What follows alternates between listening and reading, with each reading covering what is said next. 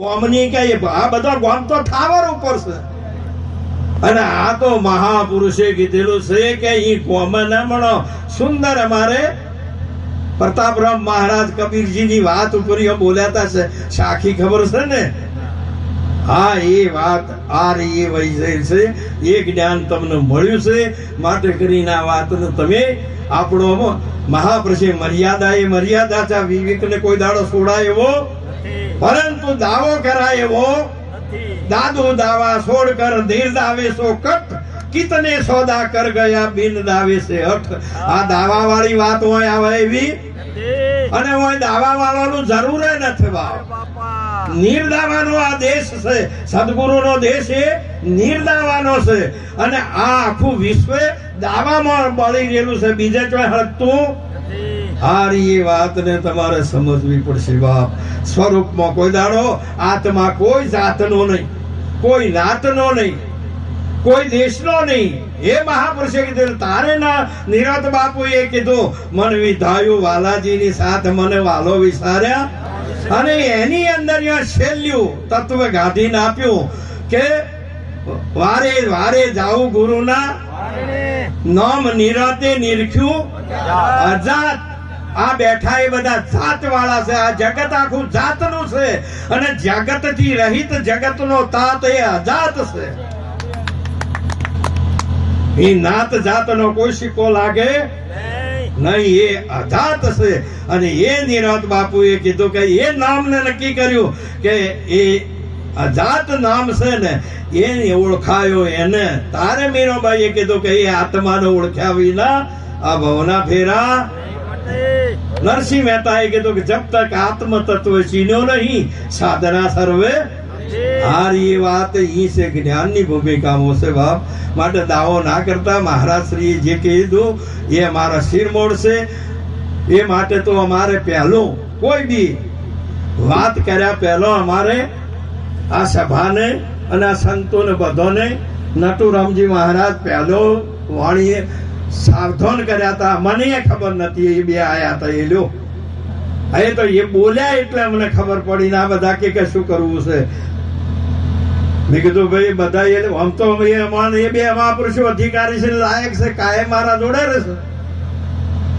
પણ એમને કહ્યું પણ એમને ઘોષણા કરી કે બધા સંતો આશીર્વાદ આપજો અને ગુરુ મહારાજ એમને એમના ઉપર કૃપા દ્રષ્ટિ કરેલી છે માટે કરીને કૃપા પાત્ર બન્યા ને એ મહાક્રિયા પાત્ર ની શું કોમ છે આ તો કૃપા પાત્ર બને એનું ધન્ય છે માટે કરીને આ કૃપા પાત્ર બન્યા એટલે આજે બધા સંતોની કૃપા એમના ઉપર સદાયના માટે તમે નિસ્વાર્થી રહી નિષ્કામી બની પરલોભી લોભી ના બનતા ચોય લોભના માટે હારા કે આવા બંગલા છે ને આવી ગાડીઓ છે ને એનો ઉપદેશ કરવા નહીં અધિકારી હોય તો ઉપદેશ કરજો ને કે આવા પરલોભને લઈને 12 મહિને આપણા કોક આવશે ને એ આશા એ ચોય ઉપદેશ કરતા આ મહાપુરુષે કોઈ ધર્મનું રક્ષણ કરી શકે સમાજનું રક્ષણ કરી શકે કોઈ જીવોનું કલ્યાણ કરી શકે અને મહાપુરુષે દેશનું ધર્મનું અને સમાજનું ઉત્થાન લાવે એવાને તમે અધિકાર ને એવોને ઉપદેશ આપજો ને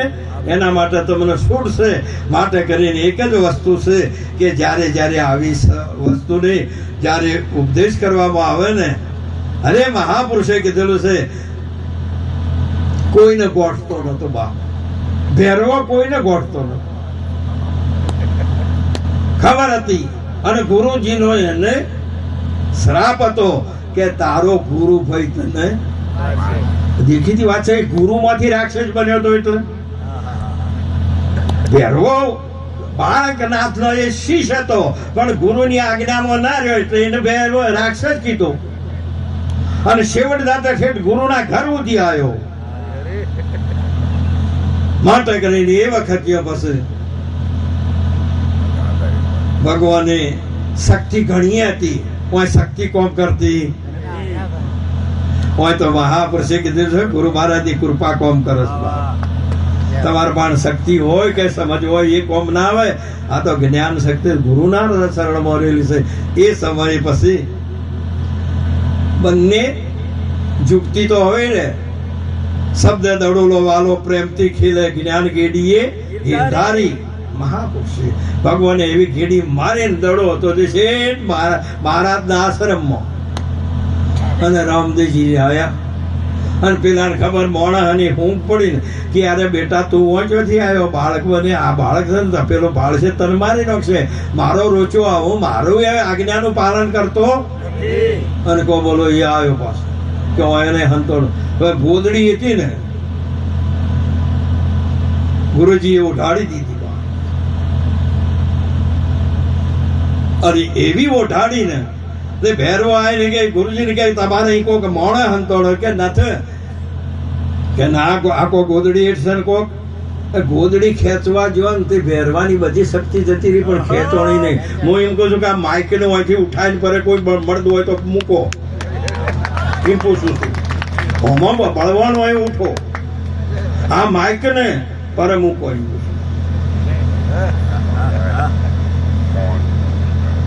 આ ગુરુજીની ગોદડી છે. આ વાત ગુરુ ગમની છે. અને જો ખેંચી પણ એનાથી ખેંચવાની. અને એ વખત એને ભય થયો કે આ કોઈક વસ્તુ ચમત્કાર જુદો છે અને દોડ્યો ને એટલે રામદેવજી કે બાપજી મારા ગુરુ થો, બીજું કોઈ ને નહીતર જો ગુરુ વણાનો હું જોઉં તો એને પાછો જીતી નીકું. કાળને જીતવો, ક્રોધને જીતવો, દેહાધ્યાસ જીતવો એ તો સામાન્ય નથી. એ તો ગુરુના શરણમાં જોતો અને જો કદાચ ગુરુને આજ્ઞા ના પાડો તો પછી પહેરવા થાઓ, બીજું શું થાઓ. આ મહિમાને અને એ જયારે ગુરુનો મહામંત્ર મોટો રે નારાયણના નામ તણો પખે સર્વે પૂરો રે જો ભાવે તો મન ભણો જયારે ઉપદેશ કર્યો અને પાછળ ગો અને એ રહ્યો એ જેમ જેસલજીને પીર કર્યા ને તેમ ભેરવાને ફેર હતો એનો એ લાયા, એના દુર્ગુણોનો નાશ કર્યો, સદગુણોને પ્રગટ કર્યા, સત સ્વરૂપને ઓળખાયો. આપણા બધાને મરીને જીવે એનો દેશ એવો દોડજો, નામ સમાન નથી. આનંદ હતી આ સુઘરાનું સુખ માટે હાર્યો એ આપણો આનંદનો સમયમાં. માટે આ બધાને વિવેક અને મર્યાદા મહાપુરુષે આપણને ખબર થઈ કે આ 10 તોલોનો હાર છે હોનાનો, અને હોનાનું જ્ઞાન થઈ ગયું પછી એ હારને ભાજી નાખો તો જ હોનું માહિતી દેખાય કે આખું હોનું જ છે. હવે તમારી માન્યતામાંથી ઉઠાઈ લ્યો. હોનામાં શું છે? તમારી માન્યતા છે, બીજું શું છે? તેમ મહાપુરુષે કીધું કે આત્મામાં દેહની માન્યતા છે, આ દેહ એ હું છું એ ઉઠાઈ લ્યો તો એ બ્રહ્મ સ્વરૂપ છે, બીજું શું છે? એ આત્મા સ્વરૂપ છે. મહાન આવો સર્પાદી ઠેકોણે રજુ પાછો જગત ઠેકોણે જોયા રામ, એકો બ્રહ્મ ને દ્વિતીયા નાસ્તી મન બુદ્ધિ કરે ને કામ. આ ગુરુના સંગમાં ભજનના રંગમાં અહમ બ્રહ્મ જ્ઞાન ગંગમાં નાયો. જે જ્ઞાન ગંગામાં આજે ડૂબી ગયો એનો આ કામ છે. માટે આજનો પ્રસંગ આપણે ગજાનંદજી મહારાજનો અને આ મહિમા ચાલી રહેલો છે. આપણા બધા મહાપુરુષોને સાવધાનથી આ વચન પ્રયોગ મહાપુરુષે તન મન ને ધનથી ઓઠો ના લેવાનો. એમ પૂછો સુરવીરો હોય ને તો એ વાટ જોઈ રહ્યો હોય કે મારો વારો ચારે આવે. તેમ તમે સેવામાં તનમથી મનથી ને ધનથી આ મહિમાને રાત દિવસ આપણે નિભાવવાનો છે. માટે કરીને આને આ મહિમાની અંદર આવા જીવન મુક્ત મહાપુરુષોને તેડી અને આપણે લાવો પણ લેવાનો છે. માટે એકલા ના ખાઈ રહ્યા હતા તો રોજીને મહાપુરુષે એ સંતોને જમાડતો જે છે ને, ભગવાને ગીતામાં એ કીધું કે યજ્ઞ કરતો વધે એ જે વધ્યું છે ને એ સંતોને જમાડતો એ અમૃત છે. અને એ પછી પ્રસાદ લેવાનો, નહીતર એકલા ખાઈ ગયા તો પાપ થાય. મહાપુરુષે એમ કીધું છે. માટે કરીને પરમાત્માને આપણા અહીંયા તનથી મનથી સેવાના માટે આજે પ્રેમથી અનુગ્રહ કરીને પ્રેમથી લેટ નતા થયા. મહારાજ શ્રીની અમે પ્રતીક્ષા કરતા હતા. બાબુરામજી મહારાજ કે હું થોડોક ના એવું નતું, તમે ટેમો ટેમ આવી અને આ સભાની અંદર આ જ્ઞાની યજ્ઞની અંદર આપે વૃદ્ધિ કરી તે બદલ આપને કોટી કોટી વંદન અને બધા સંતોનું વંદન કરી. અને આજનો પ્રસંગ આપણે આ ગુરુ મહિમાનો છે. મહાન આવો અને આ મહિમા સદાયના માટે